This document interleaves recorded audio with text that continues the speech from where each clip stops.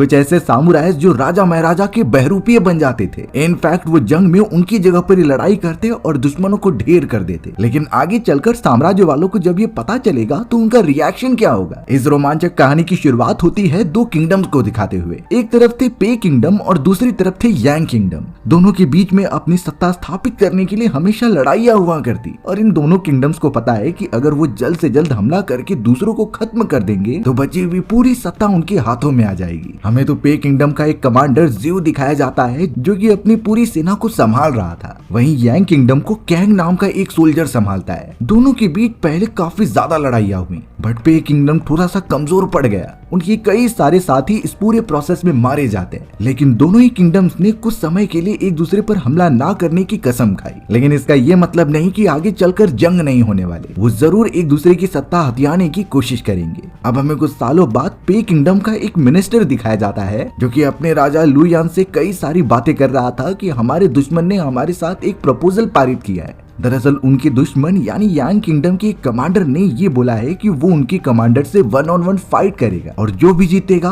उसे वो जिंग सिटी मिल जाएगी। जिंग सिटी दोनों साम्राज्य के एकदम बीचों बीच आती थी। दोनों किंगडम ट्राई करते थे कि उनके ऊपर किसी एक का ही राज चले। राजा लुयान को जब ये चीजें पता चलती है तो वो काफी डरने लगे। वो नहीं चाहते थे कि इस तरीके से फाइट होने पर दंगे फसाद हो और उनकी सत्ता चली जाए। लुयान तो अपने मिनिस्टर को समझाने लगा कि किसी भी तरीके से जियो को बुलाया जाए। वो पे किंगडम का कमांडर बहुत सालों से था और उसने सत्ता अच्छे से चलाई थी। लुयान तो सिर्फ नाम का किंग होता है, असली लीडरशिप क्वालिटी तो जियो में थी। अब हमें लुयान के घर पर दिखाया जाता है जहाँ पर उसकी वाइफ जियो और उसकी बहन चिंग मौजूद थी। वो दोनों प्रेडिक्ट कर रहे थे कि आने वाले समय में लड़ाई कब होगी। जाओ ने अपने उस डाइस को रोल किया और बताया कि कुछ ही समय के अंदर ये होने वाली है। ये वो मोमेंट होगा जब चारों तरफ बारिश होगी और कई सारे सैनिक एक दूसरे को मारने के लिए तैयार होंगे। थोड़े समय में अब लुयान के कहने पर जियो वहाँ पर आ जाता है। लुयान ने जियो को सब कुछ समझाया कि यांग किंगडम वाले हमसे फाइट करना चाहते हैं, लेकिन बड़े पैमाने पर फाइट होने से पहले वो 1-on-1 फाइट करना चाहते थे, यानी उनके कमांडर और हमारे कमांडर के बीच। तो लुयान यही चाहता है कि जियो उनकी तरफ से लड़े, चाहे कुछ भी हो, जियो उनसे फाइट करे और किसी भी तरीके से उन्हें हरा दे।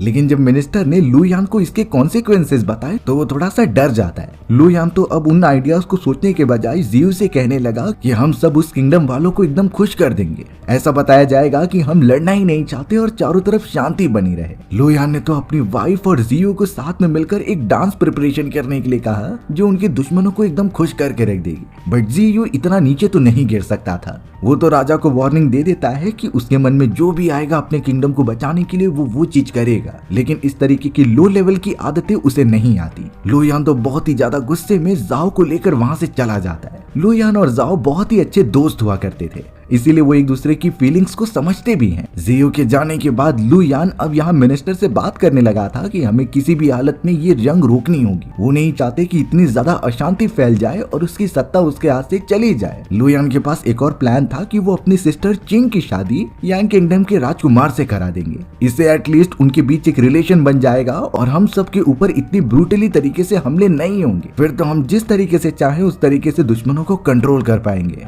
मिनिस्टर को भी ये बात अच्छी लगती है और वो लुयान की इस आइडिया को आगे बढ़ाने का ट्राई कर रहा था। हमें तो अब जाओ दिखाई गई जो एक चैम्बर में जा रही थी। वो तो एक बहुत ही गहरी गुफा होती है जहाँ पर कोई तो मौजूद था। पास जाने पर पता चलता है कि ये कोई और नहीं बल्कि जियो है जो इतने सालों से यहाँ पर छुप कर बैठा हुआ है। यानी जो जियो राजा के सामने आया था वो असली जियो नहीं था। उसका नाम जैंग होता है जो जियो का शैडो था, यानी वो उसके बिहाफ में सारी चीजें किया करता। जियो जो इस समय बहुत ही ज्यादा कमजोर हो चुका होता है तो उसके कहने पर जैंग ने सत्ता ज्वाइन की और वापस से कंट्रोल करना स्टार्ट किया। जैंग तो उन सारे शैडोज में से एक होता है जो अपने मालिक के लिए कुछ भी कर सकते थे। जियो भी जैंग को अपना एक बेस्ट पार्टनर मानता था क्योंकि उसके बिना तो उसका कोई वजूद ही नहीं है। लेकिन पता नहीं जियो के दिमाग में कुछ तो चल रहा है जिससे शायद वो किंगडम अपने हाथों में लेना चाहता है। अब यहाँ वो समय दिखाया जा रहा था जब जियो ने जैंग को अच्छी खासी ट्रेनिंग दी होती है, क्योंकि अगर किसी का भी शैडो बना जाता है तो उसकी हर एक चीजों के बारे में उसे जानकारी होनी चाहिए। फाइटिंग स्किल से लेकर नॉर्मल बिहेवियर दोनों एकदम सेम होना चाहिए। तो जैंग को ये सारी चीजें जियो से सीखनी थी, इसीलिए जियो ने उसे बहुत पहले से ट्रेनिंग देना स्टार्ट कर दिया था। इनफैक्ट कई समय पर तो जैंग को कुछ भी समझ में नहीं आता, लेकिन उसने प्रॉमिस किया था कि वो जियो की सुरक्षा करेगा।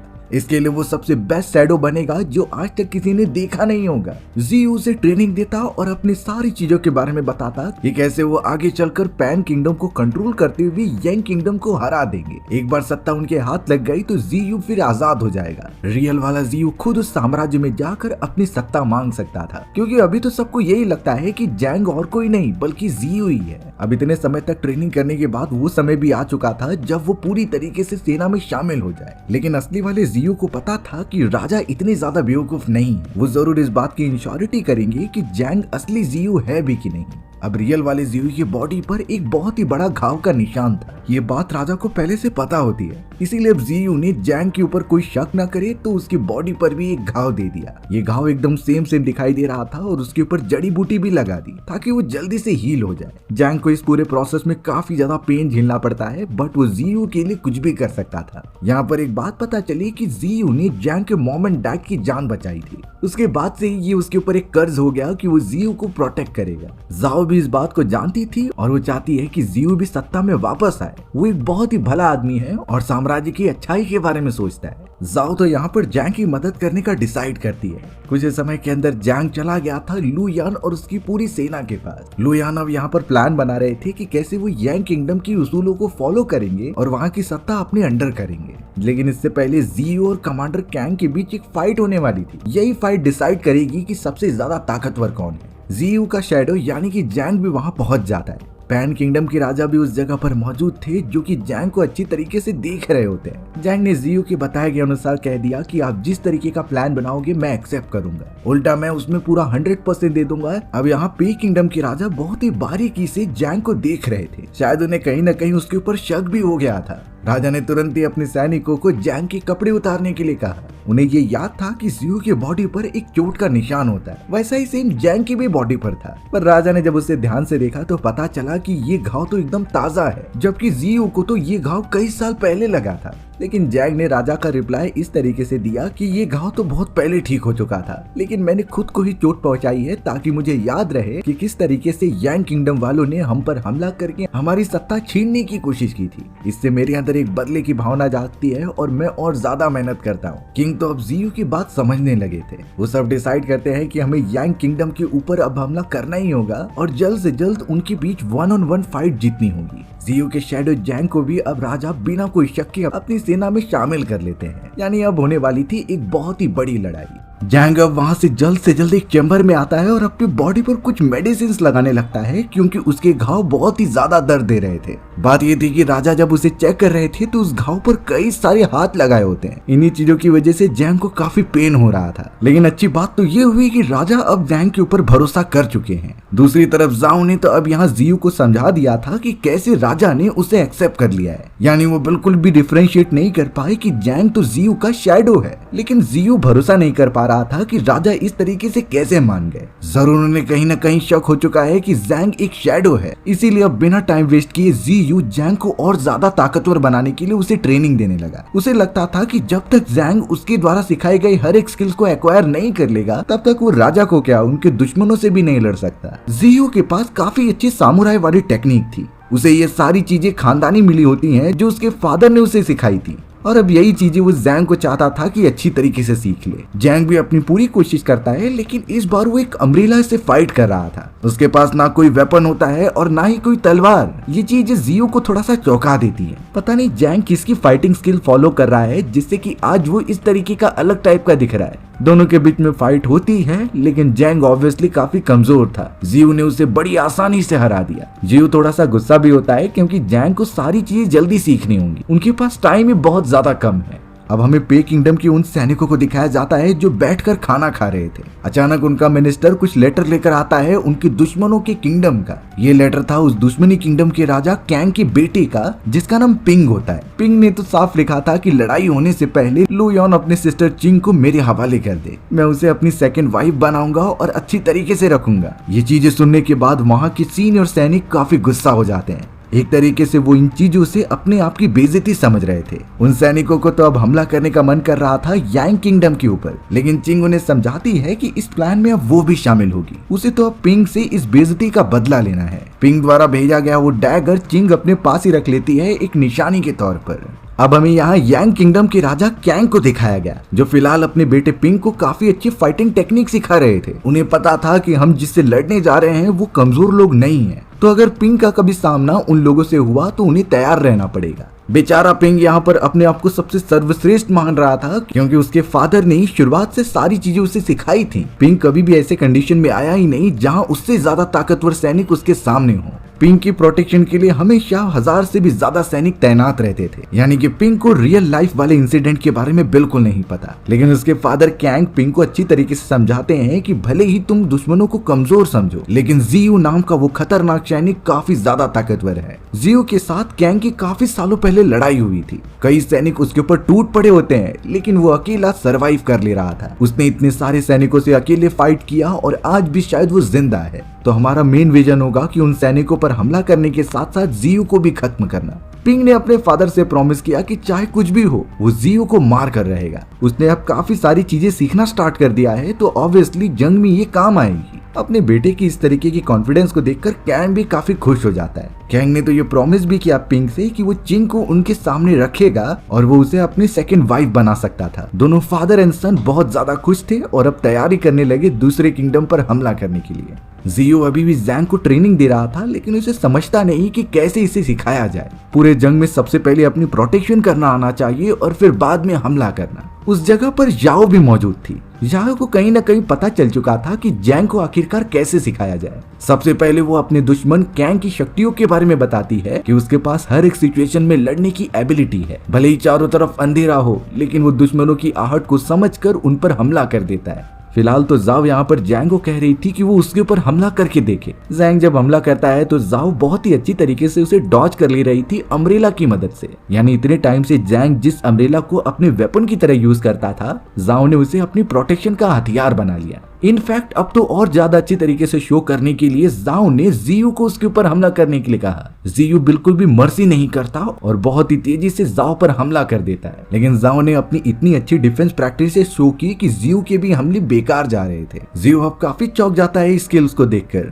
और उसने सोच लिया कि शायद जैंग को डिफेंसिव प्रोसेस सिखाने की जरूरत है। जियो जाओ से रिक्वेस्ट करता है कि चाहे कुछ भी हो वो जैंग को जल्द से जल्द ये सारी डिफेंस स्किल सिखा दे, जिससे वो अपने दुश्मनों से लड़ सके। अगर जैंग उस जंग में मारा गया तो जियो का इस पूरे प्रोसेस में कुछ भी काम नहीं। वो तो एक तरीके से सभी के लिए पहले ही मर चुका है, सिर्फ उसके डुप्लीकेट के जिंदा रहने से वो अभी तक उसका वजूद कायम है। जैंग भी अब जाओ से यहाँ बहुत अच्छी तरीके की फाइटिंग स्किल्स और डिफेंस प्रैक्टिसेस करने लगा था। आगे चलकर यही लग रहा था कि जैंग सबसे बड़ा सामुराई बनेगा और सबसे बेहतर शैडो बनते हुए अपने किंगडम को आजादी दिलाएगा। जियो के कहने पर यहाँ जैंग सीधा पहुंच गया था टिएन नाम के एक योद्धा के पास। बात ये थी कि जियो चाहता था कि उसका शैडो जैंग टिएन से कई सारी कलाएं सीखे। वो अगर अलग अलग तरीके की स्किल्स को मास्टरी कर लेगा तो अपने दुश्मनों से लड़ने में उसे काफी आसानी होगी। कई साल पहले टिएन जियो के साथ काम किया करता था और उन्होंने ये डिसाइड किया होता है कि जब वो सत्ता जियो के हाथों में आ जाएगी तो टिएंग उसका कमांडर बनेगा। लेकिन वो सारी चीजें प्लान के अकॉर्डिंग नहीं चली और जियो काफी घायल हो गया। जैंग तो यहाँ टिएंग को सारी बातें बताता है कि कैसे जियो असली में जिंदा है और वो तो सिर्फ उसका एक शैडो है, जो उसके एब्सेंस में हर वो एक चीजें करता है जो जियो किया करता था। इससे लोगों के मन में एक डर बना रहेगा कि पे किंगडम का सबसे खतरनाक योद्धा अभी भी जिंदा है। टिएंग को इतनी अच्छे तरीके से समझाने के कारण वो जैंग की बातें मान जाता है। यानी वो अब जैंग को अच्छी तरीके से ट्रेनिंग देगा और साथ ही साथ वहाँ के लोगों को भी लड़ना सिखाएगा। टिएंग उस पर जरा भी रहम नहीं करता और उसे डिफेंस टेक्निक के साथ साथ फाइटिंग टेक्निक भी सिखाता है। यानी अब जैंग के पास जियो, शाओ और टिएंग तीनों की स्किल्स हैं। एक तरीके से वो अब मल्टी टैलेंटेड बन गया है। सिर्फ उसे अपने सारी फाइटिंग स्किल्स को और ज्यादा बेटर करना है, जो कि ऑब्वियस बात थी कि प्रैक्टिस के साथ ये सारी चीजें हो जाएंगी। आज सारी प्रोसेस सीखने के बाद अगला दिन वही था जब जैंग यांग किंगडम में जाकर फाइट करेगा। उस रात से पहले जियो, जैंग और जाओ तीनों मिलकर ड्रिंक करते हैं। तीनों काफी ज्यादा मजे कर रहे थे। अब जब सोने की बारी आई तो जाओ पता नहीं क्यों जैंग से कुछ बातें करने लगी। जैंग यहाँ पर जाओ को समझाता है कि हम सब एक सोल्जर्स हैं, चाहे कुछ भी हो वो जियो को छोड़कर जाएगा नहीं। बट प्रॉब्लम की बात ये थी कि जैंग का अपना कोई भी फैमिली मेंबर नहीं था। अगर वो कल फाइट में मारा जाए तो उसके लिए रोने वाला कोई भी नहीं है। ये बातें सुनने पर साओ थोड़ा सा इमोशनल हो गई। वो कहने लगी कि भले ही तुम्हारा कोई नहीं हो, लेकिन मैं तुम्हारी फिक्र करती हूँ। इससे जैंग इतना समझ गया कि जाओ को उसके लिए कुछ फीलिंग्स हैं। अब तक उसने कुछ बताया नहीं था, बट दोनों को ये बात समझ में आ जाती है। लेकिन जैंग जानता था कि जाओ उसके राजा की वाइफ है, इस तरीके से वो उन्हें धोखा नहीं दे सकता। इसीलिए जैंग जाओ को शुक्रिया अदा करके वहाँ से अपने कमरे में चला जाता है। अब पता नहीं क्यों जाओ भी जैंग के पीछे पीछे आने लगी थी। वो धीरे से उसके कमरे में जाती है और अब वो दोनों एक दूसरे को कंट्रोल नहीं कर पाते। वो काफी ज्यादा क्लोज आ चुके थे और एक साथ रात गुजारते हैं वहीं पर सबसे ज्यादा शॉकिंग बात तो ये हुई कि इन चीजों को जियो ने अपनी आंखों से देख लिया था। वो दरअसल साओ से प्यार करता था, बट उसने एक्सपेक्ट नहीं किया कि उसका ही शैडो उसके प्यार को लेकर चला जाएगा। इन चीजों की वजह से जियो को काफी गुस्सा आने लगा था। अगले दिन हमें जैंग को दिखाया गया जो कि एक पहाड़ी वाले इलाके पर मौजूद होता है और उस पहाड़ी के दूसरी तरफ यांग किंगडम के सभी सोल्जर्स मौजूद थे। वहाँ पर तो कैंग और उसका बेटा पिंग भी होता है, जो कि अब जैंग को देखकर काफी चौंक गया। कैंग काफी सोच में पड़ गया कि जियो तो बहुत घायल हो चुका था, आखिर वो इतना कॉन्फिडेंट कैसे लग रहा है। यानी कि वो जियो के शैडो जैंग को सच में जियो समझ रहे थे।